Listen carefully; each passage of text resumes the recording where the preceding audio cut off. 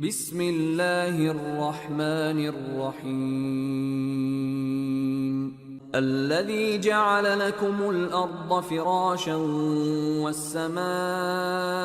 بناء وأنزل من السماء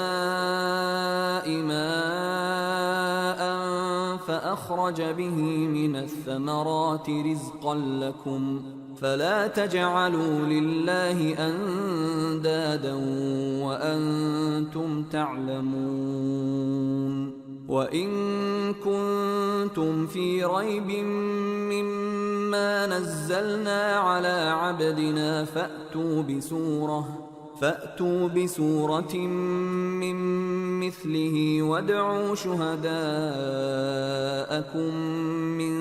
دون الله إن كنتم صادقين فإن لم تفعلوا ولن تفعلوا فاتقوا النار التي وقودها الناس والحجارة أعدت للكافرين وبشر الذين آمنوا وعملوا الصالحات أن لهم جنات تجري من تحتها الأنهار كلما رزقوا منها من ثمرة رزقا قالوا هذا الذي رزقنا من قبل وأتوا به متشابها ولهم فيها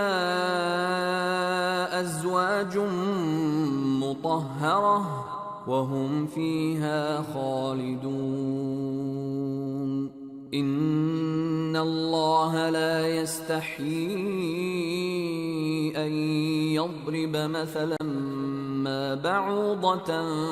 فما فوقها فأما الذين آمنوا فيعلمون أنه الحق من ربهم وأما الذين كفروا فيقولون ماذا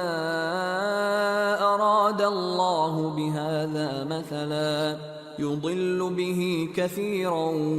ويهدي به كثيرا وما يضل به إلا الفاسقين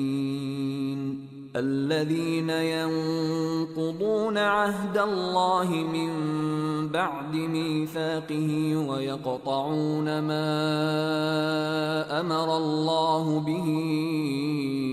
أن يوصل ويفسدون في الأرض أولئك